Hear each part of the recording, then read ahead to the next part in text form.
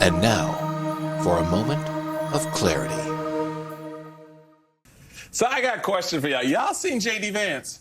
Where's JD Vance? I know, right? I've not seen JD Vance. Is Elon Musk the VP? I think my feeling is Elon Musk is the surrogate VP. He's standing. So let me get this straight. So Elon Musk is on the phone talking to leaders from around the world in Iran and getting on the phone call with Putin. And JD Vance is out there trying to find some votes for Matt Gaetz. Is that what it's I was about to say the only reporting I have seen on JD Vance in the last few days is about those calls that he was making for Matt Gaetz.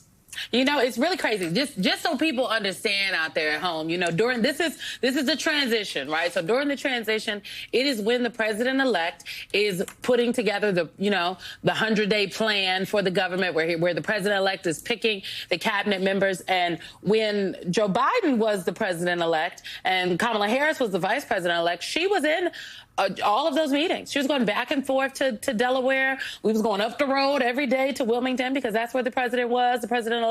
And she was in the room and involved in those conversations. She interviewed potential cabinet secretaries.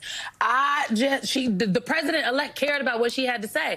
I wonder, does Donald Trump care about what Vice President-elect JD Vance? No, he cares more about what Elon Musk has to say. That's very clear. That's very obvious. And so Elon, the first buddy, has put himself, sandwiched himself in between JD Vance and the president. That's the relationship that's going to play out here in Washington to watch, in my view, because you're now having power amass in a private citizen who is the buddy to the president, not an elected official, who's on critical phone calls with world leaders at the president's request. Now, you know, JD, you need to probably check it, baby, because I think you've been checked. Mm-hmm. You got to work your way in there, honey. You can't let Elon Musk box you out, boo-boo. Got to make it.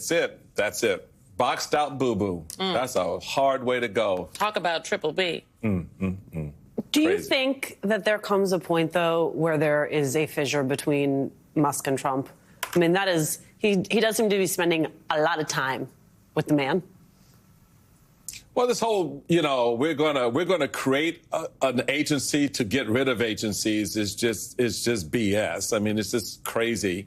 Number one, I hadn't thought of it that way. Create an agency to get rid of agencies. I went to write it down. Actually, you're creating an agency to get rid of agencies. I mean, how dumb is that? And put two people in charge just to lay your bureaucracy. Put two people in charge. I mean, two people who are polar opposites in their agendas. Put two people in charge of undoing the work of the government.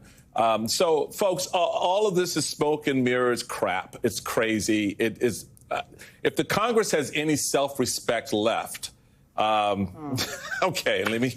I'll look for it. Well, if they don't do the recess appointments, maybe they have some, Well, that's up to Thune. That's up to John Thune, and whether or not he will capitulate or control the situation. You are an independent. You are one of the branches of government, and so you have sovereignty in that regard.